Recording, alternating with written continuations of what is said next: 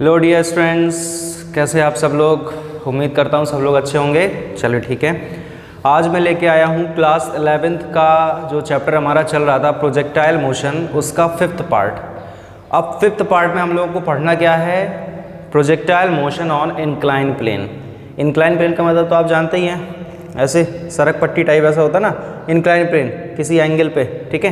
तो इस incline plane पे हमें प्रोजेक्टाइल मोशन पढ़ना है। पार्टिकल को इसमें हम दो तरह से मूव कराएंगे, एक तो इंक्लाइन प्लेन के नीचे से ऊपर, और दूसरा केस जो होगा वो ऊपर से नीचे आएगा, यानी बॉटम से टॉप, टॉप से बॉटम।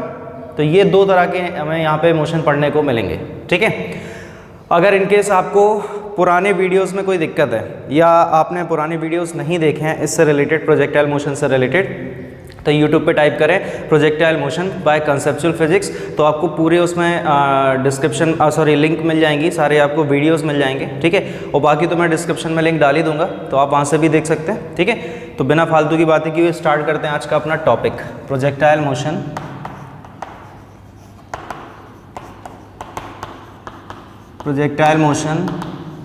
ऑन इंक्लाइन प्लेन और इंक्लाइन प्लेन, ठीक है। तो ये है आज का हमारा टॉपिक जिसको हमें कवर करना है इस वीडियो में, ठीक है। अब बच्चों, इंक्लाइन प्लेन का मतलब क्या है, सबसे पहले तो वो पता होना चाहिए आपको। ये होता है इंक्लाइन प्लेन, यहाँ पे कोई एंगल होगा जिसको हमने मान लिया है अल्फा, ये है इंक्लाइन प्लेन, ठीक है। अरे वो सड़क पट्टी घरों में बनी होती है ना सबके, बाइक वाइक चढ़ाने के लिए, कार को अंदर रखने के लिए, वही होता है इंक्लाइन प्लेन, ठीक है। अब इसमें बच्चों दो केस बनेंगे। एक तो केस बनेगा, ये फर्स्ट केस है कि अगर किसी पार्टिकल को हम नीचे से प्रोजेक्ट करते हैं u वेलोसिटी से और कुछ एंगल थीटा पे, तो ये जाएगा इस तरह से, यहाँ टकराएगा कहीं, ठीक है। तो पहला केस तो ये हो जाएगा। दूसरा केस जो बनेगा इसमें, दूसरा केस कौन सा रहेगा देख लीजिए। ये इंक्लाइन प्लेन जो है वो अल्फा एंगल है, ये कोई एक ऑब्जेक्ट है, इसको यहाँ से u वेलोसिटी से फेंका गया है, तो ये गिरेगा यहाँ कहीं आके, और ये एंगल यहाँ पे थीटा हो जाएगा इस बार, ठीक है। तो ये दो केस बनेंगे। अब आज के वीडियो में हम अगर दोनों केसेस को कवर करेंगे तो ये वीडियो कम से कम 1.5 से 2 घंटे की बनेगी, तो बहुत ज़्यादा लंबी वीडियो हो जाएगी। तो आज के वीडियो में हम सिर्फ इस केस को कवर करेंगे, इस केस को हम कवर करेंगे नेक्स्ट वीडियो में, ठीक है। पार्ट वाइज बनाएंगे, इस टॉपिक के 2 वीडियो रहेंगे। तो ये है अपना पार्ट 1, जिसमें हमें पहला केस पूरा कवर करके चलना है। सेकंड वाला जो केस है वो सेकंड पार्ट में आएगा, ठीक है। तो चलो फिर स्टार्ट करते हैं अपना काम। चलिए, तो यहाँ पे ये डायग्राम तो आप लोगों को क्लियर हो ही गया है। सिंपल सी बात है कि अगर u वेलोसिटी से आपने पार्टिकल को प्रोजेक्ट किया है, तो इस तरह से मूव करता हुआ यहाँ पे कहीं टकराएगा जाके। इंक्लाइन प्लेन पे एंगल अल्फा है और एंगल ऑफ प्रोजेक्शन यहाँ पे कितना मांग लिया हम लोगों ने, थीटा माना है, ठीक है। अब मैंने आपको बताया था कि प्रोजेक्टाइल मोशन का कोई भी क्वेश्चन आएगा या कोई भी डेरिवेशन आएगा तो हमें उसमें करना क्या है, हमें उसमें करना है कि 2 डायरेक्शंस बनाना है, एक x डायरेक्शन, एक y डायरेक्शन। अब अगर आप यहाँ पे डायरेक्शन बनाओ तो कहाँ बनेगी डायरेक्शन, परपेंडिकुलर होता है दोनों, इतना तो आपको पता है, x और y दोनों एक दूसरे से परपेंडिकुलर, म्यूचुअली परपेंडिकुलर होता है, ठीक है। तो वही काम हमें करना है। यहाँ पे हम इसको मान लेते हैं x एक्सिस, ठीक है, और इसको हम मान लेते हैं y एक्सिस। कोई दिक्कत नहीं है, अरे सिंपल सी बात है ना, जैसे ये होता है x एक्सिस और ये होता है y एक्सिस। अब आपने इसी सिस्टम को अल्फा एंगल ऊपर उठा दिया, आपने अल्फा एंगल ऊपर उठा दिया। जैसे ये एक्सिस है, अगर यहाँ होती नीचे इस लाइन पे होती तो ये अल्फा एंगल ऊपर ही तो उठा है, आप देख लो अल्फा एंगल ऊपर उठा है, क्योंकि एंगल इसका अल्फा है, वेज का या इंक्लाइन प्लेन का कह दो आप, ठीक है। तो सिस्टम बिल्कुल ये, इसको आप इसी तरह से ट्रीट करें। बस यहाँ पे दिक्कत सी है कि ये जो एंगल है अल्फा, ये सिर्फ एक छोटी सी दिक्कत है, बाकी यहाँ पे और कोई दिक्कत नहीं है, बिल्कुल सेम है। जैसे ग्राउंड टू ग्राउंड मोशन हम लोगों ने पढ़ा हुआ था, बिल्कुल वैसे ही ये यहाँ पे सारी चीज़ें अप्लाई होंगी, वही हमें इक्वेशंस अप्लाई करना है, वही सब कुछ सिस्टम वही चलेगा अपना, सेम टू सेम रहेगा, कहीं कोई दिक्कत नहीं आएगी, ठीक है। इनकेस आप लोगों ने अगर वीडियो नहीं देखा है ग्राउंड टू ग्राउंड मोशन वाला, तो आप यूट्यूब पे टाइप करें ground to ground motion by conceptual physics, तो आपको उसका वीडियो मिल जाएगा, तो उसको आप देख सकते हैं अच्छे तरीके से, ठीक है। और बस मैं इतना कहूँगा कि कोई भी वीडियो हो ना तो आप उसको ज़रा पूरा देखा करो, भले ही आप उसकी वो कहते हैं ना स्पीड बढ़ा देते हैं तो 1.25 पे देख लो, थोड़ा जल्दी कवर हो जाएगा, लेकिन आप वीडियो को पूरा देखा करो, क्योंकि आप जब वीडियो पूरा नहीं देखोगे तो फिर नॉलेज आपको पूरी मिल नहीं पाएगी, फिर आगे आने वाले वीडियो में आपको दिक्कत होगी। ठीक है, खैर तो इतना बात भाई क्लियर हो गया। अब यहाँ पे हमें करना क्या है, एक्स डायरेक्शन बना लिया, ठीक है, और वाई डायरेक्शन या एक्सेस भी कह सकते हैं, कोई दिक्कत नहीं है। तो ये इस तरह से हम लोगों ने एक्स और वाई दोनों डायरेक्शंस बना लिए हैं। अब सिंपल सी बात है, इस u के दो कंपोनेंट, एक कंपोनेंट आएगा इधर, इसको हम बोलेंगे u cos थीटा, और इस u का एक कंपोनेंट आएगा इधर जिसको हम बोलेंगे u sin थीटा। तो यहाँ पे बच्चों जो ux होगा, ux कितना हो गया अपना u cos थीटा, और जो uy है वो कितना हो जाएगा u sin थीटा, ये हो जाएगा। ux और uy हमारे पास दोनों आ चुके हैं। अब बात आती है एक्सेलरेशन की। क्या बात आती है? एक्सेलरेशन की। ग्राउंड टू ग्राउंड मोशन में, गौर से सुनना, ग्राउंड टू ग्राउंड मोशन में x डायरेक्शन का एक्सेलरेशन कितना था, याद करो, बताओ कितना था। x डायरेक्शन में एक्सेलरेशन कितना था ग्राउंड टू ग्राउंड मोशन में, कितना था? 0। याद करो, नहीं याद आ रहा तो वीडियो देख लेना, कोई दिक्कत नहीं है, ठीक है, cool. Ground to ground motion में वाई डायरेक्शन का एक्सेलरेशन क्या था भाई? -g, बिकॉज नीचे की तरफ है ना, ग्रेविटी नीचे लगती है, g ग्रेविटी नीचे, वाई डायरेक्शन में वेलोसिटी चेंज हो रही थी, x डायरेक्शन में कांस्टेंट थी ग्राउंड टू ग्राउंड मोशन में, दैट्स वाई उस डायरेक्शन का एक्सेलरेशन 0 था, x का। यहाँ पे क्या सिचुएशन है बच्चों, यहाँ x और y दोनों ही डायरेक्शन में स्पीड या वेलोसिटी चेंज हो रही, फील कर सकते हो, देख सकते हो, ठीक है। अब अगर दोनों ही डायरेक्शन में वेलोसिटी चेंज हो रही है तो फिर दोनों ही डायरेक्शन में एक्सेलरेशन आएगा, x में भी आएगा एक्सेलरेशन, y में भी आएगा एक्सेलरेशन। कितना आएगा सर? ये बात सुनो, सुनना। एक इंक्लाइन प्लेन जिस पे यहाँ पे कोई एक ऑब्जेक्ट रखा है m मास का, ये एंगल अगर अल्फ़ा है, इसका वेट कहाँ जाएगा बच्चों? mg। इसका एक कंपोनेंट इधर होगा, एक कंपोनेंट इधर होगा। ये कंपोनेंट डिटेल में समझेंगे अपन नेक्स्ट चैप्टर में, जो कि है हमारा न्यूटन्स लॉज ऑफ मोशन। जब उसमें हम फ्री बॉडी डायग्राम पढ़ेंगे तो उसमें बहुत डिटेल में बताएंगे। अब इतना तो ज्योमेट्री तुम्हें आता है, अगर ये एंगल अल्फ़ा है तो ये एंगल कितना हो जाएगा? 90 माइनस अल्फ़ा, बिकॉज ये 90 है, ठीक है, और ये भी पूरा 90 है, तो ये अगर 90 माइनस अल्फ़ा है तो ये एंगल भी कितना हो जाएगा? अल्फ़ा। तो mg का इधर कंपोनेंट कितना हो जाएगा? mg cos अल्फ़ा, और इसका इधर कंपोनेंट कितना हो जाएगा? mg sin अल्फ़ा होगा। वही बिल्कुल सेम प्रोसेस यहाँ पे करना है हमें, ठीक है, वही सेम काम हमें यहाँ पे करना है। इसको हटा देते हैं, चलो इसको अभी रहने दो, ये हटा देते हैं u cos theta. u cos theta तो पता चल गया ना, है, ठीक। अब यहाँ पे अगर हम बात करते हैं ग्रेविटी की, तो ग्रेविटी तो यहाँ पे भी हमेशा नीचे की तरफ ही है g। अब इस g का एक कंपोनेंट बच्चों होगा इस डायरेक्शन में और एक कंपोनेंट होगा इस डायरेक्शन में, ठीक है। तो ये एंगल अगर अल्फ़ा है तो ये एंगल भी कितना हो जाएगा? अल्फ़ा ही हो जाएगा। तो इसको हम क्या लिख सकते हैं? g cos अल्फ़ा, और इसको हम क्या लिख सकते हैं? g sin alpha. बताइए कोई दिक्कत है आप लोगों को? कोई दिक्कत आ रही है क्या? कोई दिक्कत तो नहीं आ रही ना बच्चों? नहीं आ रही सर, चल। तो ये कंपोनेंट हो गया हमारा g cos अल्फ़ा, ये कंपोनेंट हो चुका है हमारा g sin अल्फ़ा, कोई दिक्कत नहीं है, चल ठीक। तो यहाँ पे अब हम बात करेंगे x डायरेक्शन का एक्सेलरेशन, बात करेंगे हम y डायरेक्शन के एक्सेलरेशन की। तो सुनो, ये वर्टिकल जो डायरेक्शन है वो हमने y माना है, लेकिन इस ओरिजिन के ऊपर प्लस y है तो नीचे माइनस y होगा, तो ये वाला जो कंपोनेंट है वो नेगेटिव हो जाएगा, g cos अल्फ़ा, ठीक है, ओके। ये जो g sin अल्फ़ा है, यहाँ पे इस डायरेक्शन में आप जाओगे तो प्लस x में जाओगे, लेकिन ये g sin अल्फ़ा है अपोजिट डायरेक्शन में, तो ये भी हो जाएगा माइनस का g sin अल्फ़ा। बताओ कोई दिक्कत है? कोई दिक्कत आ रही बच्चों? इतना आप लोग नोट कर लो पहले, इतना आप लोग समझ लो, अच्छे से देख लो, इनकेस कोई दिक्कत है तो आप बताओ। तो भाई हो गया इतना, कोई दिक्कत तो नहीं आ रही आप लोगों को बच्चों, ठीक है? कोई दिक्कत आए तो कमेंट कर देना आप लोग। इतना क्लियर हो गया? चलो बात करते हैं आगे। ये एक बार देख लेना अच्छे से समझ में आया कि नहीं आया। Acceleration in x direction, acceleration in y direction, क्योंकि यहाँ पे ग्रेविटी के दो कंपोनेंट हो रहे हैं, सो एक्स डायरेक्शन में भी आएगा और वाई डायरेक्शन में भी आएगा। तो इसका मतलब है जब एक्सेलरेशन हम लोग दोनों डायरेक्शंस में डिफाइन कर सकते हैं यहाँ पे, तो कहने का मतलब है कि एक्स और वाई दोनों ही डायरेक्शंस में यहाँ पे वेलोसिटी में फ़र्क पड़ रहा है। कन्फर्म है ये बात, चेंज हो रही है, ठीक है, ओके। अब बढ़ते हैं आगे की तरफ, ठीक है, अब बढ़ते हैं आगे की तरफ। इसको हटाते हैं, चलो ये हटा दिया मैंने।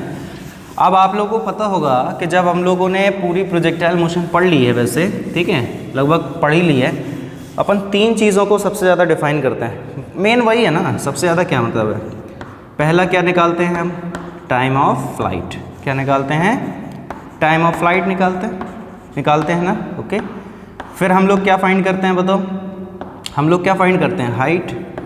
हम लोग फाइंड करते हैं बच्चों हाइट। इसके बाद हम लोग क्या फाइंड करते हैं, हॉरिजॉन्टल रेंज। इसके बाद हम निकालते हैं हॉरिजॉन्टल रेंज, ये फाइंड करते हैं। इसके बाद हम हॉरिजॉन्टल रेंज, एक मिनट ज़रा चेक कर लूँ कैप्चर हो रहा है, बिल्कुल हो रहा है, चलो ठीक है, ओके। तो इन तीन चीज़ों को भी हमें यहाँ पे बिल्कुल फाइंड करना है जैसे अब तक करते आए हैं। तो सबसे पहला जो हमारा यहाँ पे क्या रहेगा, फर्स्ट है हमारे पास टाइम ऑफ फ्लाइट। इसकी वैल्यू हम पता करेंगे कितना है, ठीक है। और हम कोई आपको फॉर्मूला नहीं बता रहे, आप ये ना सोचें कि ये फॉर्मूले सारे हमको इनको एज इट इज़ याद करना है, ये तरीके हैं, कॉन्सेप्ट है। कॉन्सेप्चुअल फिजिक्स पे आप पढ़ रहे हो, फिजिक्स याद रखो, कॉन्सेप्ट है, ठीक है। फॉर्मूला जो चीज़ निकल के आया, आप उसको रिजल्ट जो यहाँ पे निकल गया, आप उसको याद नहीं करने लगना यार, तरीका समझो किया कैसे है, ठीक है। चल, टाइम ऑफ फ्लाइट हमें निकालना है, सिचुएशंस हमारे सामने रखी हुई हैं, टाइम ऑफ फ्लाइट हमें यहाँ पे कैलकुलेट करना है। मैंने आपको बताया था टाइम ऑफ फ्लाइट का मतलब क्या होता है, पॉइंट ऑफ प्रोजेक्शन से पार्टिकल को मतलब पॉइंट ऑफ प्रोजेक्शन मतलब समझते हो, जहाँ से पार्टिकल को फेंकते हैं, वहाँ से पार्टिकल को फेंका, जहाँ पे वो गिरा है कहीं पे भी जाके, तो उतनी देर तक वो हवा में उड़ता रहा, लाइक दिस, उड़ता रहा ना हवा में, ठीक है। तो उसी उड़ने का जो टाइम है उसी को हम बोलते हैं टाइम ऑफ फ्लाइट। तो वही टाइम हमें यहाँ पे भी कैलकुलेट करना है। चलो करते हैं, कैसे करेंगे हम। यहाँ पे एक काम करते हैं, हम यहाँ पे second equation of motion apply करते हैं। बच्चों हम फर्स्ट क्यों नहीं अप्लाई कर सकते हैं, क्योंकि यहाँ पे वेलोसिटी चेंज हो रही है, एक्स और वाई में कंटिन्यूसली, पता ही नहीं चलेगा, दिक्कत होगी। इसको बच्चों हम लगा रहे हैं वाई डायरेक्शन में। इनकेस अगर इसको हमने एक्स डायरेक्शन में लगा दिया तो हमें एस एक्स पता ही नहीं है ना, वो तो हमें कैलकुलेट करना है, हॉरिजॉन्टल रेंज कितना है, तो एक्स में लगा नहीं सकते, बचता क्या है सिर्फ वाई में लगाना, तो हम इसको वाई में ही लगा सकते हैं, ठीक है, लगाओ। अब बात आती है कि एस वाई कितना है, क्या हमें एस वाई पता है, बिल्कुल पता है। कैसे पता, सुनो, आपने इस पॉइंट से पार्टिकल को फेंका, गौर से सुनते जाना, आपने इस पॉइंट से पार्टिकल को फेंका, पार्टिकल यहाँ गिरा, तो आपने एक्स एक्सेस से फेंका और वो फाइनली एक्स पे गिरा, तो वाई में कितना डिस्प्लेसमेंट हुआ, जीरो। वाई डायरेक्शन में उसका कितना डिस्प्लेसमेंट हो गया बच्चों, जीरो। तो यहाँ पे जो एस वाई है वो कितना हो जाएगा, जीरो। बट ये पूरी जर्नी की बात हो रही है, यहाँ इस पॉइंट ऑफ प्रोजेक्शन से जहाँ पे वो टकराया है उस पॉइंट तक की बात हो रही है, उस पॉइंट तक के लिए बात हो रही है। यहाँ पे एस वाई कितना हुआ, जीरो। वाई डायरेक्शन में डिस्प्लेसमेंट कुछ नहीं हुआ, पूरा का पूरा डिस्प्लेसमेंट देखा गया तो एक्स डायरेक्शन में हुआ है, ठीक है, पूरी जर्नी में। एस वाई हो गया जीरो। यू वाई कितना है हमारे पास, देखो, u sine theta, u y हो गया हमारे पास यू साइन थीटा, ठीक है। टाइम हमें कैलकुलेट करना है, जिसको हम टाइम ऑफ फ्लाइट बोलते हैं, तो उसको कैपिटल टी लिखेंगे अपन, प्लस 1/2। अब बात आती है यहाँ ए वाई की, तो ए वाई देखो अपना कितना है, माइनस का जी कॉज एल्फा और ये टी स्क्वायर हो जाएगा। अब ये चीज़ नेगेटिव है तो आप इसको इधर शिफ्ट करा दो, तो कितना हो जाएगा भाई, G cos alpha T square upon 2 is equal to U sine theta into T. अब यहाँ पे आप t से t आसानी से कैंसिल कर सकते हो, क्योंकि एक t आएगा जीरो और दूसरा t कुछ निकल के आएगा। अब t इक्वल टू जीरो का मतलब क्या, पार्टिकल चला ही नहीं, पार्टिकल गया ही नहीं कहीं, ठीक है। तो वो तो वैल्यू अपने लिए बेकार होगी, इसलिए आप हटा सकते हो। तो यहाँ से t की वैल्यू आप निकालें तो t कितना आ जाएगा बच्चों, ये 2 गया इधर, 2u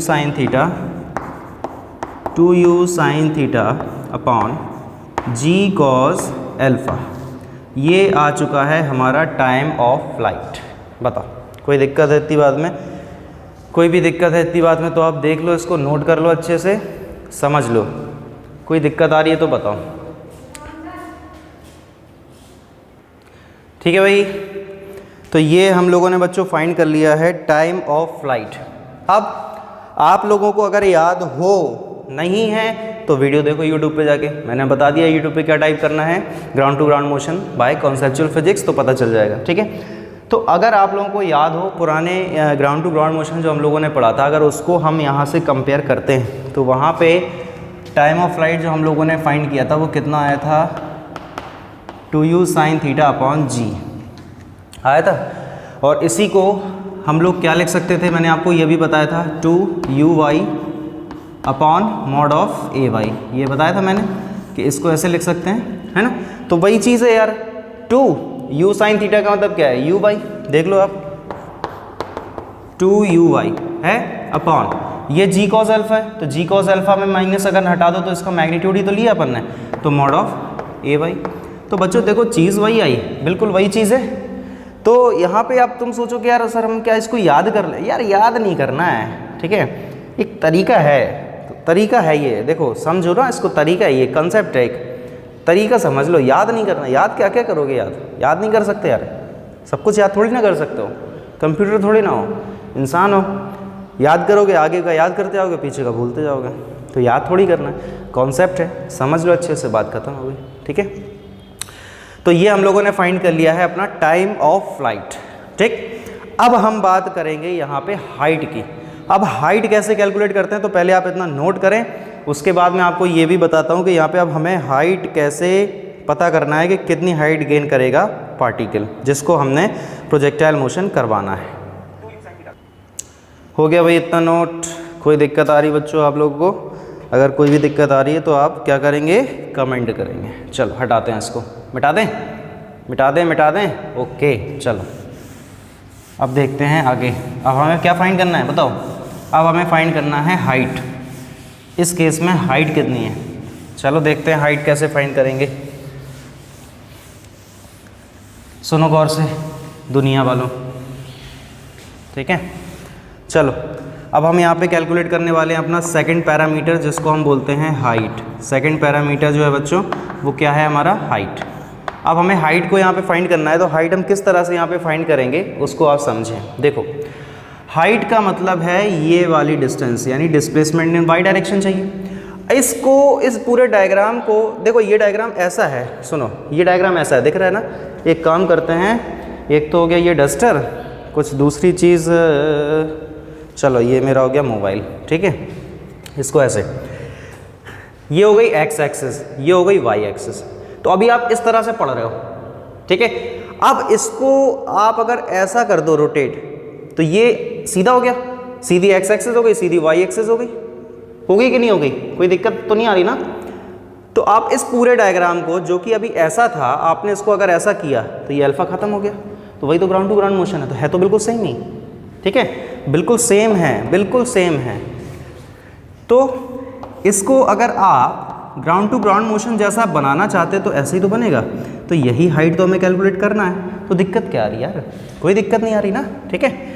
अब यहाँ पे जब हमें ये हाइट कैलकुलेट करना है तो हमें आधी जर्नी लेनी पड़ेगी, क्योंकि अगर हम पूरी जर्नी में डिस्प्लेसमेंट देखेंगे वाई डायरेक्शन में तो जीरो है, तो आधी जर्नी का ही तो डिस्प्लेसमेंट हमें कैलकुलेट करना है। कितना होगा, वही तो हाइट है अपने पास, समझ रहे हो बात को। चलो करते हैं। तो v square is equal to u square plus 2as, इसको हम लगाएंगे थर्ड इक्वेशन से। इसको हम कैसे लगाएंगे, थर्ड इक्वेशन से अप्लाई करेंगे। तो थर्ड इक्वेशन को हम किस डायरेक्शन में लगाएंगे, y, ऑब्वियस सी बात है यार, y में लगाएंगे। क्यों लगाएंगे y में, क्योंकि हमें y डायरेक्शन का डिस्प्लेसमेंट चाहिए आधी जर्नी में, और आधी जर्नी में फॉर हाफ जर्नी v कितना है हमारे पास, 0 इन y डायरेक्शन। हाँ इसको याद रखना, ये तो आपको पता है ना कि मैक्सिमम हाइट पे वेलोसिटी का y कंपोनेंट कितना होता है, 0। पूरी की पूरी वेलोसिटी सिर्फ x डायरेक्शन में होती है, y डायरेक्शन में अगर वेलोसिटी होती तो और ऊपर नहीं जाता।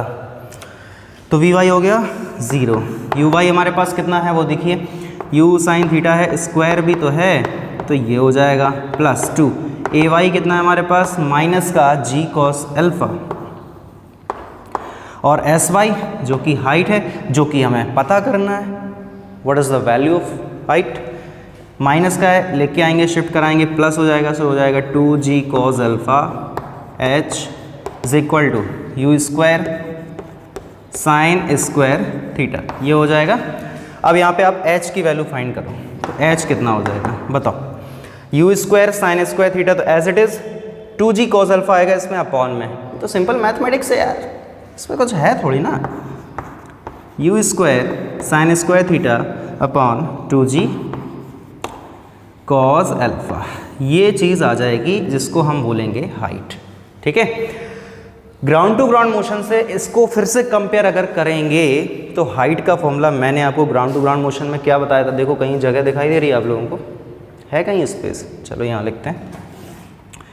हाइट वहाँ पे आया था you square sine square theta upon 2g, जिसको अपन ने क्या लिखा हुआ था, यू साइन थीटा का होल स्क्वायर लिख सकते हैं, और यू साइन थीटा मतलब यू वाई का होल स्क्वायर अपॉन में 2 mod ऑफ ए वाई, ये हो जाएगा। बताओ, बिल्कुल सेम यहाँ पे भी लिख सकते हैं बच्चों, घबराने की कोई ज़रूरत नहीं है।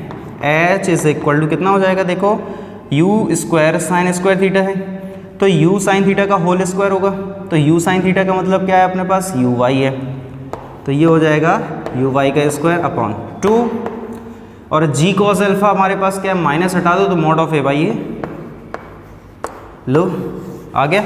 सेम डेटा, डिट्टो सेम है, बिल्कुल सेम टू सेम है, देख लो। अब आप बोलो कहीं फ़र्क है, तो कहीं कोई फ़र्क है ही नहीं यार, सेम सेम चल रहा है बिल्कुल, कोई दिक्कत की बात नहीं है बच्चों, कोई दिक्कत की बात नहीं है। आपको अगर कोई दिक्कत आ रही है तो आप जल्दी से पूछ लें और बता दें कि हाँ सर जी ये समस्या है, ठीक है ना भाई। तो इतना हो गया ना सबका, कोई दिक्कत तो नहीं, चलो बढ़ते हैं आगे। अच्छा, आप लोगों के दिमाग में एक चीज़ आ रही हो शायद, अब आ रही कि नहीं आ रही पता नहीं, लेकिन अब मैं बता रहा हूँ आपको अपने तरफ से, क्या इसको हम सेकंड इक्वेशन से नहीं फाइंड कर सकते? सोचो, क्या इसको हम सेकंड इक्वेशन से फाइंड नहीं कर सकते? अगर आपके दिमाग में आ रहा है क्या कर सकते हैं, तो करके देख लो ना, किसी ने मना किया है? नहीं किया ना, तो करके देख लेते हैं, फाइंड हो जाएगा, अच्छी बात है, नहीं होगा तो कोई दिक्कत नहीं। ठीक है, चलो हटाते हैं इसको। जो भी दिमाग में चीज़ें आए उसको आप अप्लाई करो, तभी तो आप उसके रिज़ल्ट पे पहुंचोगे कि क्या ऐसा होगा अगर आपके दिमाग में ये चीज़ आती है। ठीक है, तो इसको हम सेकंड इक्वेशन से अप्लाई करके चेक करते हैं एक बार। सेकंड इक्वेशन क्या है, s is equal to u t plus half a t square, ये होती है सेकंड इक्वेशन। इसको ऑब्वियस सी बात है y में ही अप्लाई करना पड़ेगा और आधी जर्नी तक ही बात होगी यहाँ पे। ठीक है, एस वाई क्या हो जाएगा h, यू वाई हमारे पास कितना हो जाएगा बच्चों, देखो वो लिखा है यू साइन थीटा। अब बात आती है टाइम की, तो टाइम आधा लेंगे ना, पूरा टाइम कितना था, कहाँ गया, अच्छा मिटा दिया, पिछला केस था कितना था, याद करो आप लोग, 2u साइन थीटा अपॉन जी कॉस अल्फ़ा था ना। इसमें अगर हम जी कॉस अल्फ़ा और लगा दें तो ये यही वाला टाइम ऑफ फ्लाइट मिल जाएगा। ठीक है, अभी तक तो वो ग्राउंड वाला था, ग्राउंड टू ग्राउंड वाला, तो आधा टाइम कितना हो जाएगा, यू साइन थीटा अपॉन जी कॉस अल्फ़ा, ये हो गया आधा टाइम, प्लस 1/2 ए वाई कितना है बच्चों, माइनस का जी cos alpha, G cos alpha, और यहाँ पे फिर से टी का स्क्वायर है तो इसका स्क्वायर करेंगे तो हो जाएगा u square sine square theta upon g square cos square alpha, ये हो जाएगा। बताओ कोई दिक्कत है? तो इससे जी कॉस अल्फ़ा से एक जी और कॉस अल्फ़ा कैंसिल हो सकता है। ठीक है, चलो देखते हैं आगे। h is equal to u square sine square theta, u square sine square theta upon में जी कॉस अल्फ़ा, ये हो जाएगा, ये हो गया माइनस, और you square sine square theta, u square sine square theta upon 2 और जी कॉस अल्फ़ा, ये हो जाएगा। तो अब ये 1 है, ये 1/2 है, सर ये 1 का है, अरे यार 1 ही है, ये 1/2 है। इसमें से u square sine square theta upon g cos alpha को आप कॉमन करोगे ना तो 1 - 1/2 बचेगा ना बच्चों। इसको हम क्या बोल देंगे, 1 - 1/2 क्या होता है 1/2। तो फाइनली इसको हटाओ, 1/2 है तो ये वही फॉर्मूला आ गया। इसका मतलब कि हम इसको सेकंड इक्वेशन से भी फाइंड कर सकते हैं। अगर दिमाग में तुम्हारी ये क्वेश्चन आ रहा है कि क्या हम सेकंड इक्वेशन से इसको फाइंड कर सकते हैं, तो बिल्कुल कर सकते हैं। हो तो गया, देख लो, यही तो फॉर्मूला होता है। चेक करो इसको, देखो एक बार, चेक नहीं करो, नोट करो। चेक नहीं करना तुम्हें क्या करना है, नोट करना है। हो गया नोट, हो गया नोट, तो जल्दी करो, नहीं हुआ तो दिक्कत क्या आ रही। ठीक है भाई, हटा दें इसको। अब मुझे ऐसा लग रहा है कि ये थोड़ा यहाँ पे कम साफ है, तो कैमरे में शाइन कर रहा होगा। इसको फिर से लिख देते हैं, ठीक है, इतना पोर्शन इसको फिर से लिख देते हैं। ये क्या था हमारा, एक्स डायरेक्शन था, हाँ। यहाँ पे क्या था अपना, u x is equal to u cos theta था, और sorry a x equal to minus का जी साइन अल्फ़ा था। अभी देखो एक बार चेक करते हैं सही आ रहा है कि नहीं कैप्चर। अभी थोड़ा ठीक है, अभी ठीक है, ओके। तो भाई ये हम लोगों ने हाइट फाइंड कर लिया है, और हाइट ये हमने कहाँ फाइंड किया है बच्चों, सॉरी कहाँ क्या मतलब है, मतलब वाई डायरेक्शन में हम सेकंड इक्वेशन लगा दें या वाई डायरेक्शन में हम थर्ड इक्वेशन लगा दें, जिससे हम हाइट फाइंड कर सकते हैं दोनों केसेस में। ठीक है, क्या सर हम फर्स्ट इक्वेशन से अप्लाई नहीं कर सकते, ये नहीं पूछना है आप। सर आपने अभी कहा था कि अप्लाई करके देखो, यार अप्लाई करके देख लो, हमें उस जो चीज़ फाइंड करना है वो तो उसमें आती ही नहीं है। हमें डिस्प्लेसमेंट निकालना है वाई डायरेक्शन में, v equal to u plus AT होता है, एस तो है ही नहीं, तो फर्स्ट इक्वेशन तो हमें अप्लाई नहीं कर सकता। इतना एक कॉमन सेंस, ठीक है, खैर common sense is not so common. चलो अब बढ़ते हैं थर्ड पैरामीटर की तरफ, जो कि हमारा हॉरिजॉन्टल रेंज। ठीक है, उसके बाद ये वीडियो आज का हमारा ख़त्म। फिर देखेंगे नेक्स्ट वीडियो में ऊपर से जब फेंकेंगे पार्टिकल को और वो गिरेगा नीचे, इसको हटाते हैं।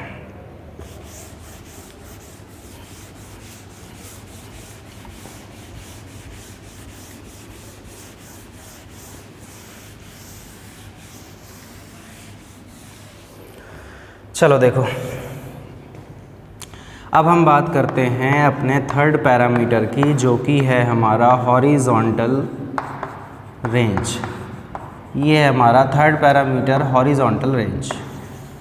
ठीक है, अब हॉरिजॉन्टल रेंज में हमें करना क्या है, वही है कि डिस्प्लेसमेंट हमें निकालना है पूरा एक्स डायरेक्शन में, ये वाला डिस्प्लेसमेंट हमें चाहिए। तो यार ऑब्वियस सी बात है, जब हमें एक्स डायरेक्शन का डिस्प्लेसमेंट चाहिए तो हम जो भी इक्वेशन अप्लाई करेंगे उसको एक्स डायरेक्शन में अप्लाई करना पड़ेगा। क्या हम यहाँ फर्स्ट अप्लाई करेंगे, नहीं, सेकंड करेंगे। बताओ कर सकते हैं कि नहीं, तुम बताओ, करके देख लेते हैं क्या फ़र्क पड़ता है। s is equal to u t plus half a t square, इसको हम x डायरेक्शन में बच्चों अप्लाई कर रहे हैं। पूरी जर्नी है, टाइम पूरा रखेंगे, बात सुन रहे गौर से, पूरा टाइम आएगा। चलो रख के देखते हैं। एस एक्स कितना है आर, यू एक्स कितना, यहाँ पे थोड़ा कैलकुलेशन बढ़ेगी, थोड़ा कैलकुलेशन अच्छी रहेगी यहाँ पे। यू एक्स हमारे पास कितना है, यू कॉस अल्फा।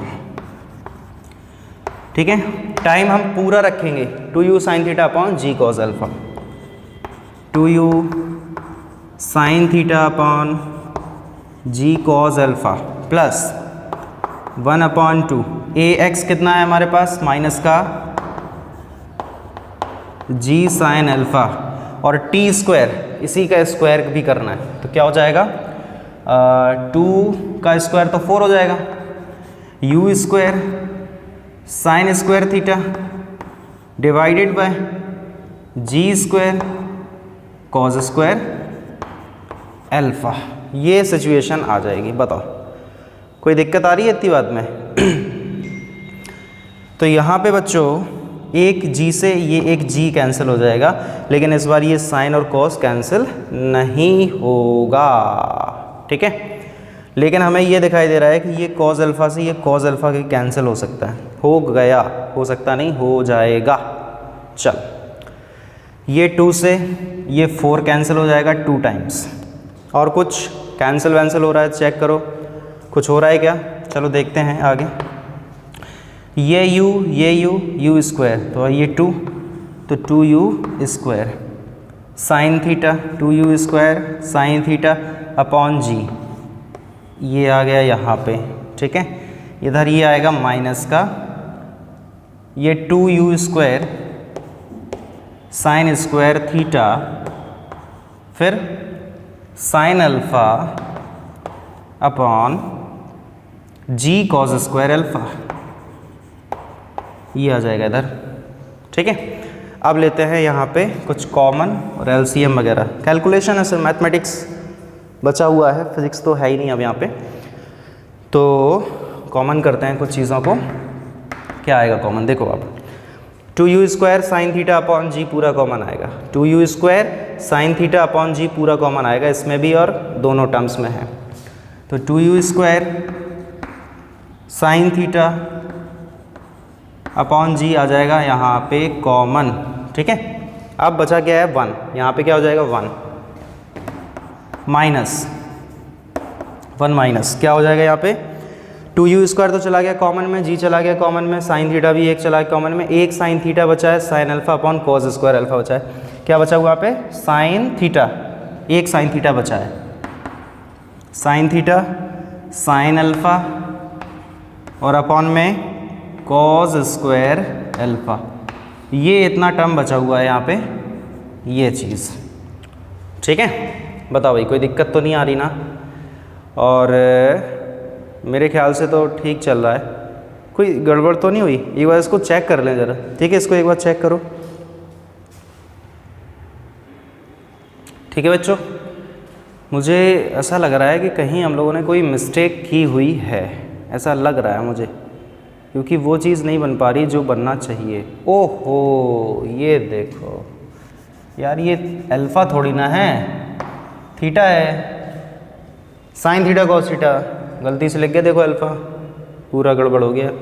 तो यहाँ पे भी फिर ये अल्फ़ा रहेगा, थीटा रहेगा, कॉस थीटा, और ये फिर अब कैंसिल नहीं होना, यू कॉस थीटा रहेगा, ये अल्फ़ा रहेगा एज इट इज़, ठीक है। अरे गड़बड़ होगी यार, सॉरी, ठीक है, हो जाता है, इसको हटाते हैं, फिर से लिखते हैं इसको, ये चीज़ दोबारा से लिखते हैं, चलो क्या होगा देखो, r इज़ इक्वल टू, अभी ये कैंसिल नहीं होगा, ठीक है, अभी ये कैंसिल नहीं होगा, तो बचा क्या है, यहाँ पे हम वो देखते हैं बचा क्या हुआ है, 2u square cos theta sine theta upon जी कॉस अल्फ़ा माइनस यहाँ पे 2u square sine square theta sine alpha sine square theta upon जी cos square alpha, G cos square alpha, ये चीज़ यहाँ पे बची हुई है, ठीक है। हाँ अब ठीक है, अभी ठीक है। अब कॉमन करते हैं, r इज़ इक्वल टू क्या हो जाएगा कॉमन, 2u स्क्वायर अपॉन जी कॉस अल्फ़ा, और साइन थीटा भी ऊपर से आएगा, तो 2u स्क्वायर ऊपर से साइन थीटा भी कॉमन आया अपॉन जी कॉस अल्फ़ा, कैलकुलेशन है तो हो जाता है मिस्टेक, ठीक है, तो इतना कॉमन आ जाएगा, 2u स्क्वायर आ चुका है, साइन थीटा कॉमन आ गया क्योंकि यहाँ पे 2 थे, इधर 1 था, बिल्कुल कॉमन आएगा, जी कॉस अल्फ़ा पूरा चला गया, यहाँ पे बचेगा कॉस थीटा माइनस, यहाँ पे क्या बचेगा अब आप देखो साइन अल्फ़ा, फिर क्या बचेगा साइन थीटा अपॉन, और क्या बचेगा, जी तो कॉमन में चला गया, कॉस अल्फ़ा एक कॉमन में आ गया, एक बचा है तो कॉस अल्फ़ा, ये बचेगा। बताओ भाई चल रहा है ठीक, देख लो एक बार कैप्चर हो रहा है, हाँ ठीक, अच्छा ज़्यादा आगे नहीं जाना इसके, इतना क्लियर हो गया ना। अब यहाँ पे हम लेते हैं बच्चों एलसीएम, तो एलसीएम कितना आ जाएगा देखो आप, 2u square sine theta upon जी कॉस अल्फ़ा, यहाँ पे हम लोगों ने एलसीएम ले लिया है, कितना आ जाएगा कॉस अल्फ़ा, अब थोड़ा छोटा लिखना पड़ेगा क्योंकि स्पेस कम है और आगे कैमरा कैप्चर नहीं कर रहा है, ठीक है। तो क्या हो जाएगा cos theta cos alpha minus sine theta sine alpha, ये हो जाएगा। अब ये किस चीज़ का फॉर्मूला है यार, cos A cos B minus sine A sine B cos A plus B का फॉर्मूला होता है, पढ़ा है, cos A cos B minus sine A sine B cos A plus B, तो इसको हम लिख सकते हैं cos A plus B, are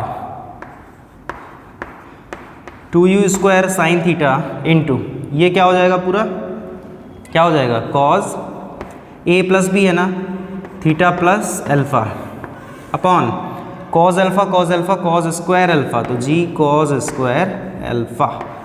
ये आ गया हमारे पास रेंज का फॉर्मूला। बस यही फॉर्मूला देख के आप लोग कह सकते हो कि ये थोड़ा डिफरेंट है, ठीक है। जो ग्राउंड टू ग्राउंड मोशन था उससे अलग फॉर्मूला निकल के आया है, तो इसको आप बोल सकते हो कि ये फॉर्मूला जो है वो बिल्कुल डिफरेंट है। बताओ इतनी बात में कोई दिक्कत तो नहीं है? अपना देखो सही हुआ है कि नहीं, बिल्कुल अपना ठीक हुआ है, कोई दिक्कत नहीं। और बस आप लोग इस चीज़ को याद रखेंगे कि हमें यहाँ पे बेटा ये कोई भी जो 3 चीज़ें अभी अपन ने फाइंड करी है, हमें इनमें से कुछ भी याद नहीं करना है, ठीक है। हम इनको सिर्फ क्या करेंगे, एक बेसिक अंडरस्टैंडिंग लेके चलेंगे और इनके कॉन्सेप्ट पे आप ध्यान रखेंगे, कॉन्सेप्ट को याद रखना है, ठीक है। तो ठीक है फिर, तो आज के वीडियो में फिर इतना ही रखते हैं, ठीक है। और मिलते हैं अपने नेक्स्ट वीडियो में नेक्स्ट पार्ट के साथ। नेक्स्ट पार्ट में आप लोग याद रखें क्या पढ़ना, ये हमारा केस फर्स्ट था जिसमें हमने पढ़ा था नीचे से ऊपर फेंक रहे हैं पार्टिकल को इंक्लाइन प्लेन पे। और अब हमें जो नेक्स्ट वीडियो तैयार करना है, नेक्स्ट वीडियो हमें पढ़ना है, नेक्स्ट टॉपिक जो हमारा है वो कौन सा रहेगा, जहाँ हम इंक्लाइन प्लेन पे बात करेंगे, जहाँ हम पार्टिकल को ऊपर से नीचे की तरफ फेंकेंगे, ठीक है। तो आज हम इतना ही रखते हैं, तब तक के लिए थैंक यू वेरी मच, जय।